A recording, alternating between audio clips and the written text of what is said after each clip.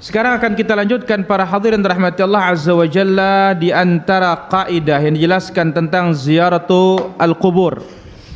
Syaddur rihal li ziyaratil qubur. Bepergian, mempersiapkan kendaraan, perbekalan untuk ziarah kubur. Ya. Wal masyahid allati 'alaiha. Demikian juga situs-situs, ya, tempat-tempat kesyirikan. Ma'siyatul la tajuz, ini adalah maksiat, tidak boleh. Jadi bagaimana hukumnya kita berwisata religi ke kuburan?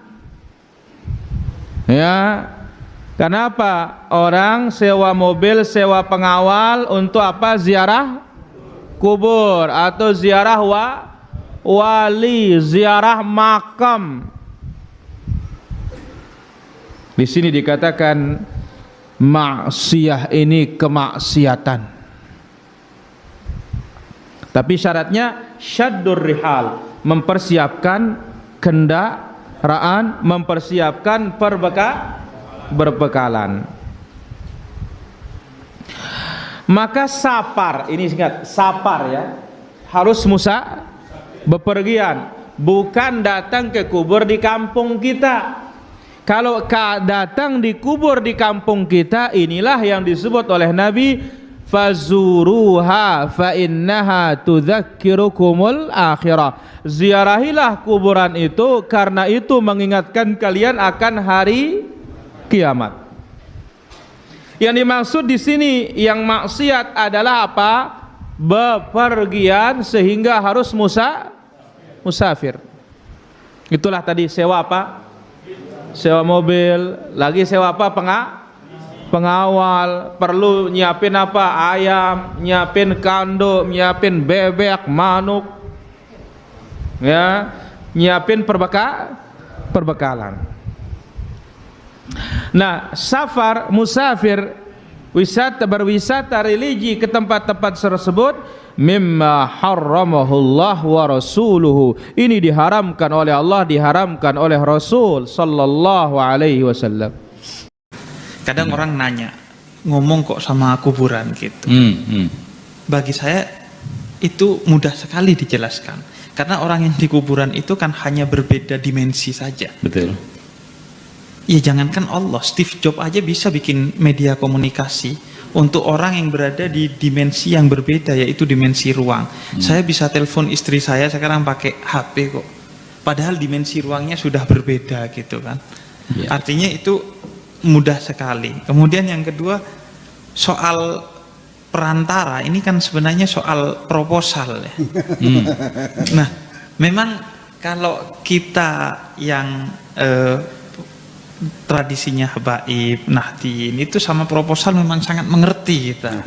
Perproposalan ini sangat mengerti dunia perproposalan, dan itu biasa-biasa saja gitu kan. Nabi Musa pakai proposal yang namanya Nabi Harun, karena beliau tidak bisa ngomong dengan baik, karena ketika kecil makan bara, akhirnya pakai perantara, wasilah, proposal itu yang namanya Harun. Nabi Harun itu kan proposal Nabi Musa. Kemudian Allah juga begitu, ketika Allah pakai kata ganti nahnu dalam Al-Quran itu kan pakai wasilah. Pakai wasilah gitu. Maka sebagaimana Allah pun pakai wasilah dalam beberapa hal, apakah berarti Allah butuh wasilah? Itu ya gak butuh. Tapi yang memang itu kan sunnatullah, tradisinya Allah begitu, maka kita ikut itu. Begitu juga sebaliknya, Allah bilang in kuntum tuhibbunallah fattabi'uni yuhibbukumullah. Kalau kamu mau ke saya, mencintai saya, lewat syariatnya Nabi Muhammad. Loh, ngapain pakai syariat Nabi Muhammad? Tapi ya itu kan ketentuan dari Allah. Allah pengennya kita pakai proposal. Jadi itu ke kubu, ini ujung-ujungnya kalau dipertanyakan kan ujung-ujungnya syafaat juga akan dipertanyakan. Ngapain pakai syafaat gitu? Nah, kita ke kuburan, yaitu kan kita lewat kekasih Allah untuk mengetuk pintu rahmatnya. Karena bahkan amal pun itu kan wasilah. Buya tadi sempat singgung, kita masuk surga kan bukan karena amal kita, tapi amal itu mengetuk pintu rahmatnya Allah, rahmat Allah yang memasukkan kita ke surga. Artinya soal perproposalan ini saya kira ya memang itu sunnatullah. Ketentuan dari Allah, proposal itu menjadi sangat penting. Di dunia penting, ya di akhirat juga penting proposal ini. Kira-kira kan begitu. Kemudian yang kedua juga, kenapa kita melalui para kekasih Allah itu, dan proposal ini jelas aturannya. Karena itu beberapa ulama misalnya ya, tidak memperbolehkan mencium batu nisan. Karena itu bagian dari menjaga agar kita terus menyadari bahwa kita hanya melalui mereka, bukan minta kepada mereka. Bahkan kalau kita ke makam-makam Wali Songo itu kan pasti ada tulisannya tuh, jangan minta ke kuburan, pasti ada aja tulisan seperti itu. Itu kan untuk mengingatkan kita, kesadaran kita, walaupun ya itu sebenarnya inherent dalam diri kita kan, pasti gak minta kepada kuburan lah, pasti sudah tidak minta kepada kuburan kita.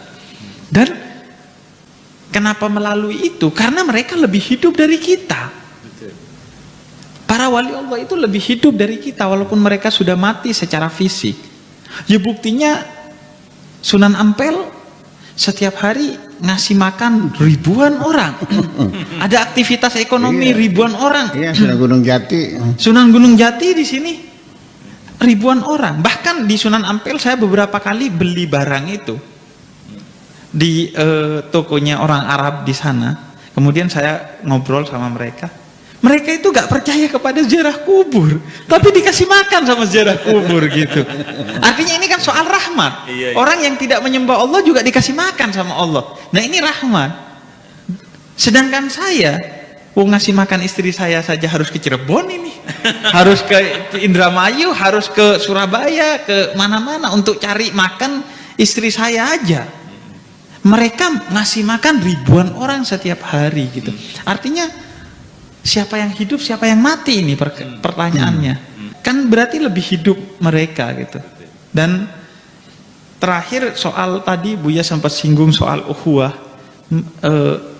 Ukhuwah itu disebutnya kan ukhuwah Islamiyah. Nah, diartikan persaudaraan umat Islam.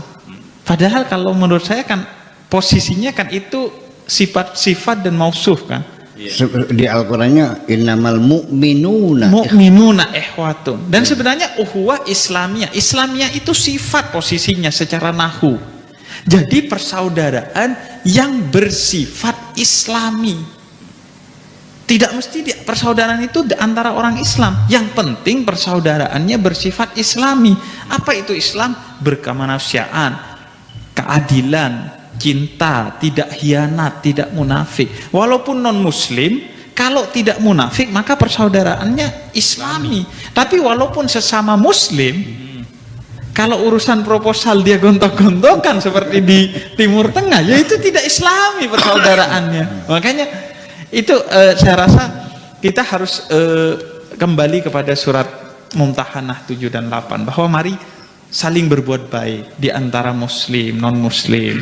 Itu kan identitas yang nanti di akhirat lah urusan dengan Allah. Tapi di dunia ya kemarin dokter gigi saya non muslim gitu. Ya sama, saya minta kesembuhan melalui wasilahnya dokter gigi saya kan, yang dia non muslim gitu. Jadi dalam perkara-perkara itu saya kira kita justru harus fastabikul khairat, bukan fastabikul haq kan. Tidak berlomba-lomba dalam kebenaran.